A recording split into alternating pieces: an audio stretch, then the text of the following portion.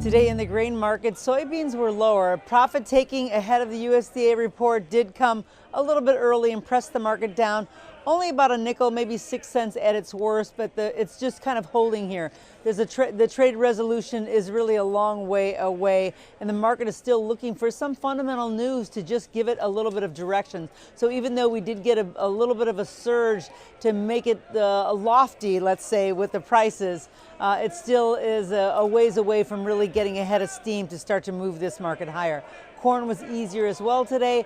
Report concerns did stall the futures. There was some thinking that maybe we might be able to get this market moving, but every time we get some good news, we get bad news on top of it. It just caps that market. The expectation is that they are going to raise the supply numbers, and there's going to be cuts to the export demand as well as cuts to ethanol. Those things kind of weigh heavy on the market, although it seems like it's already digested in the market. That's why we're looking at some lows today that we haven't seen in quite a while. So we're hoping that maybe if some of the other markets can bring corn along, that would be helpful. But all in all, it looks like we're just moving sideways. The wheat was lower today.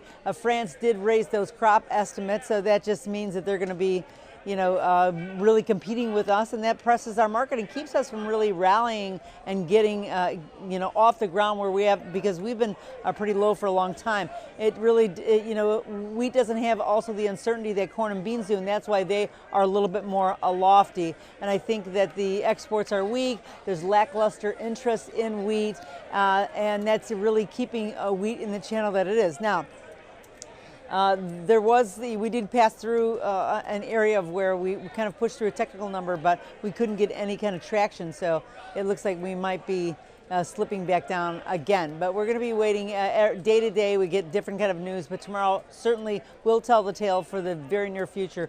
11 o'clock when we get 11 o'clock Chicago time, when we definitely have the new report for September.